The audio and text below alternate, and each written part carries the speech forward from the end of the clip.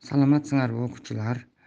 Алгебра жана анализдин башталмасы предметинен кийинки сабагыбызды баштайбыз.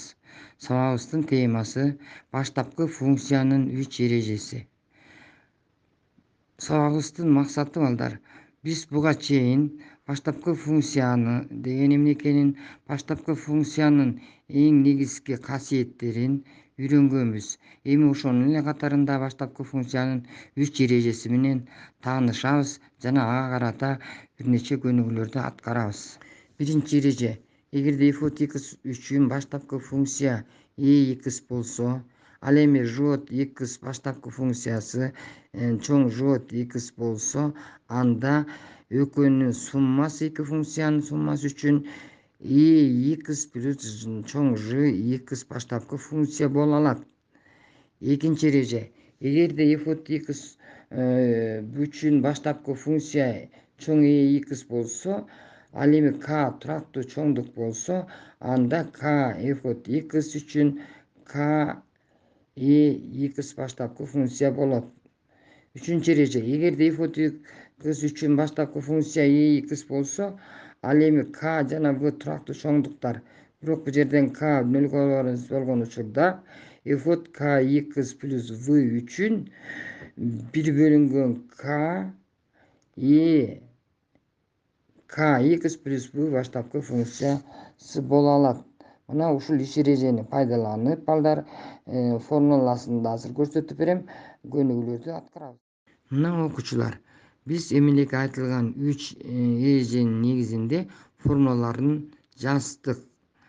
Карагыла, дагы тетрадыңарга жазып алгыла. Азыр ушуга карата көнүгүүнү аткарабыз. Азыр балдар бул 5-нчи мисалды карап көрөлү. f от x функциясы берилиптир. Ушул берилген функциянын баштапкы түрүн тапкыла дейт. Демек, чыгарыш үчүн биз азыркы эле айтылган 3 эрежени колдонуп чыгара баштайлы.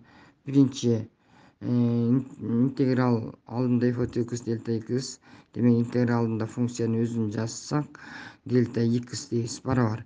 Эми бул жерде сумма айырма түрүндө берилген экен. Биринчи эреженин негизинде ар биринен өз-өзүнүн баштапкысын табабыз. Биринчи 2 бөлүнгөн косинус квадрат 3x плюс 1дикин баштапкысын табалы. Бул жерден 2 турактуу сан өзүчө бөлчөктүн алымына көбөйтүндү болуп чыгып кетет. Бөлчөктүн бөлүмүндөгү косинус квадрат 3x плюс 1 болгондо аргументи татаал функция экен, дагы 3 деген k-нын ролун аткарып атат. Үчүнчү эреженин негизинде 3дөн 1 болуп, бу да көбөйтүндү чыгып кетет. Андан кийин 1 бөлүнгөн косинус квадрат 3x плюс 1дики тангенс 3x плюс 1 экендигин билебиз. Анан алуу 3 синус 4 минус x'тин баштапкысын табалы. Бул жерден да 3 турактуу сан өзү чыгып кетет. Синус 4 минус x'тин аргумент татаал болгондуктан бул жерде минус x'тин коэффициенти минус 1, башка айтканда минус 1 k'га барабар.